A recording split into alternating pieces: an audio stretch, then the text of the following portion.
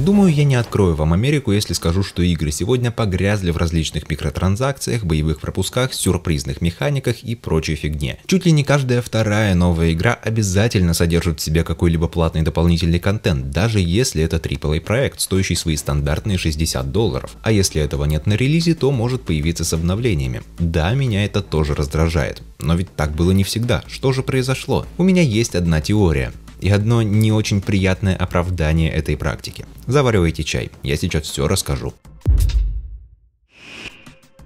Одним из первых действительно массовых случаев платного распространения дополнительного контента считаются легендарные лошадиные доспехи из The Elder Scrolls 4 Oblivion. Когда Bethesda представила эту штуку, многие по понятным причинам не отнеслись к этому с энтузиазмом. Зачем платить еще несколько $, за небольшое визуальное изменение в игре, на которую уже и так деньги потрачены? Хотя броня эта в итоге все равно неплохо продавалась, да и еще дополнительного контента к игре со временем тоже подъехало, включая дополнительные места на карте и новые возможности персонажа. В последующем эту практику переняли другие разработчики и издатели, и такие DLC со временем стали нормой. Пак новых машин для Need for Speed Hot Pursuit, сюжетное дополнение для Dead Space 2 и все в таком духе. И долгое время все так и оставалось, пока не начал становиться все более заметным мобильный гейминг. Игры на мобильных устройствах — это как раз та вещь, о которой, можно сказать, начали за здравие, а закончили за упокой. Ведь когда смартфоны стали достаточно мощными, чтобы на них можно было полноценно пройти GTA 3, этим воспользовались Rockstar Games и целиком портировали игру на iOS и Android, ничего в ней не урезав, и порт этот приурочили к десятилетию оригинала. Потом вышли Vice City и San Andreas, Max Payne, затем подтянулись другие разработчики, 2K выпустила BioShock и XCOM Enemy Within, Telltale серию The Walking Dead, The Wolf Among Us и прочие свои интерактивные фильмы, и, казалось бы, вот она, новая мощная игровая платформа, ведь смартфон есть в кармане у каждого, и это стало выглядеть как угроза в адрес PlayStation Vita, Nintendo 3DS и прочих портативных консолей. Но были проблемы. Во-первых, то, что у всех есть смартфоны, не означает, что все любят играть на них в игры. Есть много людей, которые используют свой телефон максимально спокойно, просто проверяют соцсети и сидят в интернете. Есть люди, которые вообще не интересуются играми. Другими словами, целевая аудитория не такая широкая, как может сразу показаться. И это наглядно показывают продажи той же самой GTA San Andreas. Изначально она вышла в 2004 году на PlayStation 2 и в 2005 на ПК и Xbox. С момента релиза и до 2011 года было продано около 27,5 миллионов копий игры на всех платформах. Позднее вышли переиздания игры на PlayStation 3 и Xbox 360, на PlayStation 4 и в Steam,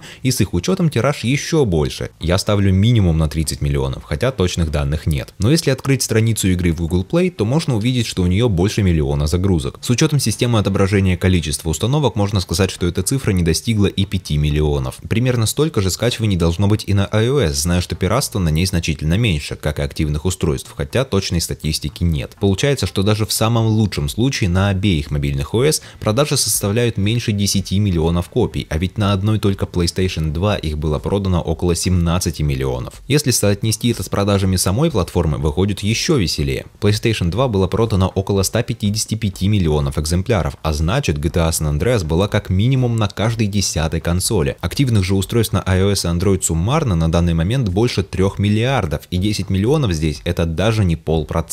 И я все еще говорю об одной из самых известных и любимых публикой частей популярнейшей серии Grand Theft Auto. А если посмотреть на не такие известные игры, то там картина будет еще менее позитивная.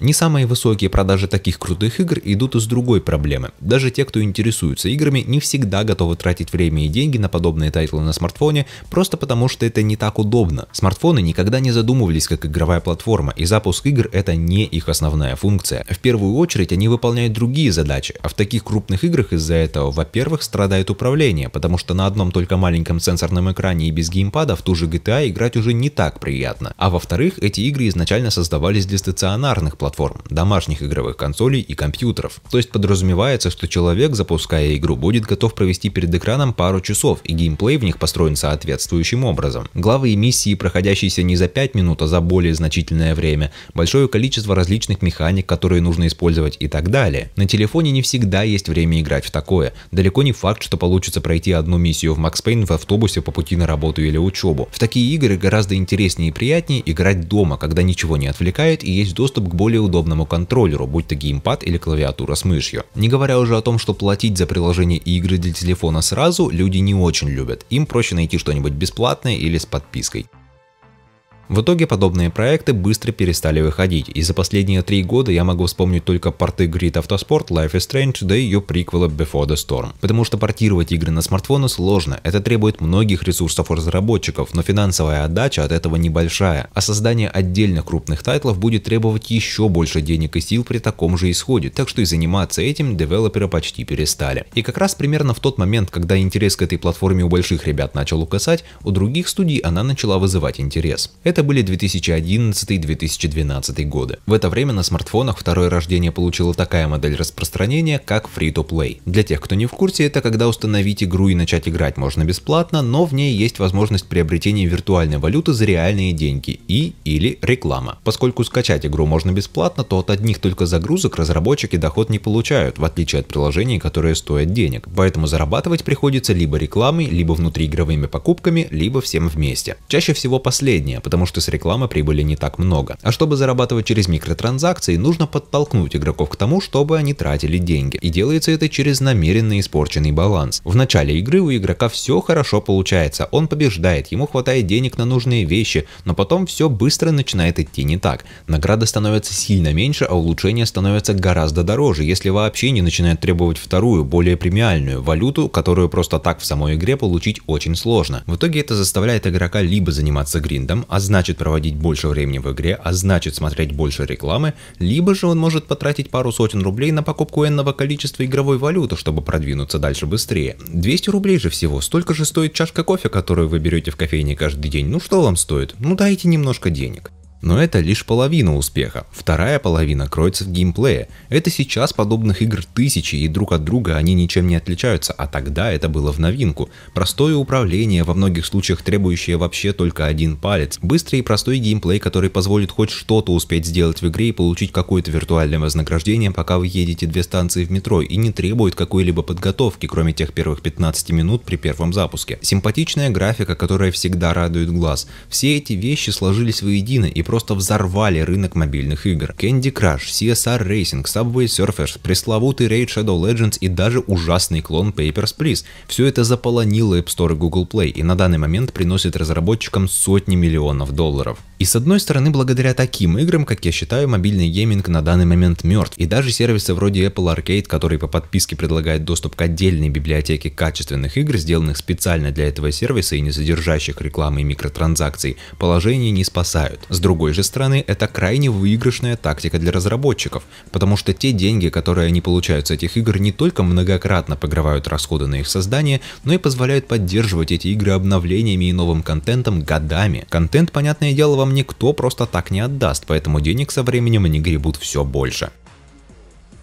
И когда на смартфонах началась такая тусовка, когда там стали вращаться такие деньги, парням на больших платформах тоже стало интересно. Ведь с каждым годом стоимость разработки игр становится выше, а ценники в магазинах остаются те же самые. Покрывать расходы и зарабатывать деньги на создание новых игр становится все сложнее, и платные DLC не всегда помогают. Так что эксперименты не заставили себя ждать. Одной из первых ласточек стала вышедшая в 2013 году Dead Space 3. В ней был внутриигровой магазин, в котором можно было за реальные деньги купить ресурсы для крафтинга оружия и патронов, которые являются обязательными для выживания в мертвом космосе. Нововведение было принято в штыки, ведь одно дело не обязательные DLC, а совсем другое — ресурсы, необходимые для прохождения игры и так уже купленные за ощутимые деньги. Однако в этом был и позитивный момент. Система микротранзакций была введена на относительно позднем этапе разработки, поэтому и без того кривой баланс в игре поправить в сторону доната не успели. Причем баланс этот был кривой в пользу игрока. Чуть ли не в начале прохождения можно было собрать дальнобойный дробовик с подствольным гранатометом, которым можно завалить с одного выстрела почти любого монстра, а универсальные патроны, разбросанные по всей игре, позволяли не волноваться о том, когда лучше поберечь амуницию для столь диковинной пушки. Хотя этой игре все равно не помогло, и она провалилась как коммерчески, так и в глазах фанатов серии, ведь это был уже совсем не тот Dead Space, который они полюбили. Но об этом можно будет поговорить в следующий раз, если вам будет интересно. Возвращаясь к теме микротранзакций, на Dead Space 3, как вы и сами знаете, опыты не закончились. Были и Battlefield с премиум доступом, открывающим доступ к эксклюзивным картам, пушкам и технике. Была и есть GTA Online с ее акульими картами, дающими внутриигровую валюту, а с недавних пор даже со своим казино. Был Overwatch с его лутбоксами, пускай и косметическими. Были Fortnite и Dota 2 с их боевыми пропусками. И сейчас все это встречается повсеместно. Игры без дополнительного платного контента, как, например, Star Wars Jedi Fallen Order или ремастер Burnout Paradise, воспринимаются уже как что-то из ряда вон выходящее, как акт милосердия со стороны разработчиков и издателей, и так, конечно же, быть не должно. Игры должны выполнять свою изначальную задачу – развлекать игроков, дарить им какие-либо позитивные эмоции, а не вытягивать из них деньги и не превращать прохождение самих себя во вторую работу. И я уверен, это понимают и люди, которые создают игры. Но есть проблема. Взгляните на GTA San Andreas 2004 года и на Red Dead Redemption 2 2018. Теперь опять на GTA и снова на Red Dead.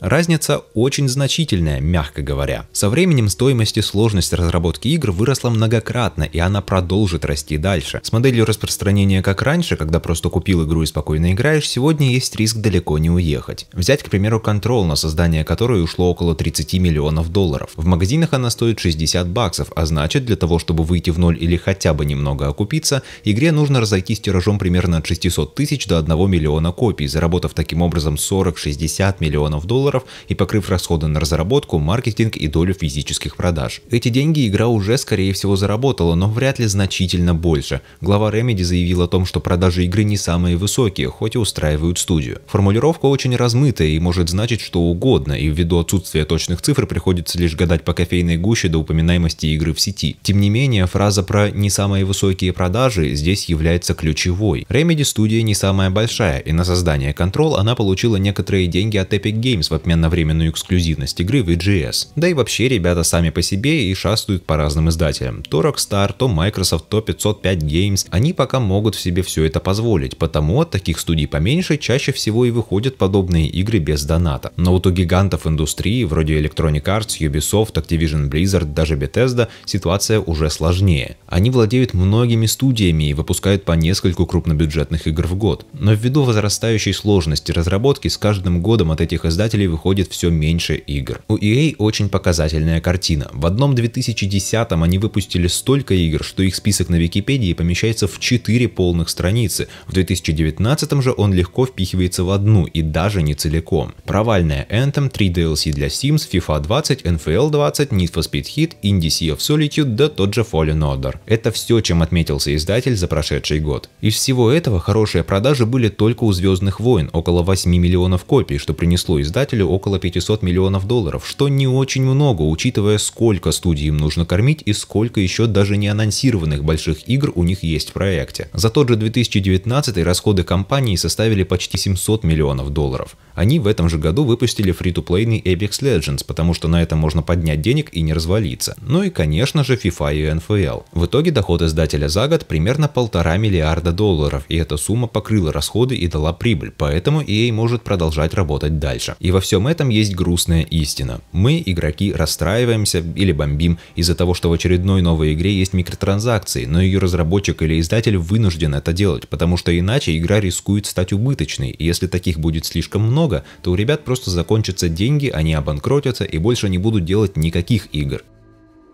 Однако есть частичный выход из ситуации – ставка на инди. Эти игры не так затратны в разработке, а с помощью больших издателей они могут продаваться большими тиражами. Это увеличит прибыль, а значит можно будет уменьшить количество микротранзакций в более крупных проектах. Все, берите меня во все советы директоров, я решил проблему. На самом деле, конечно же нет, все не так просто. Инди сегодня это во многом авторские произведения, на создание которых нужно столько времени, сколько им нужно, и укладывать их в какие-то сроки было бы неправильно, а потому это и решит проблему лишь частично. У Electronic Arts есть программа EA Originals, с помощью которой издатель поддерживает инди-разработчиков. Под ней вышли 2 милейших платформера серии Unravel, кооперативное приключение A Way Out, концептуальное путешествие Sea of Solitude и еще один платформер Fe, или Fi.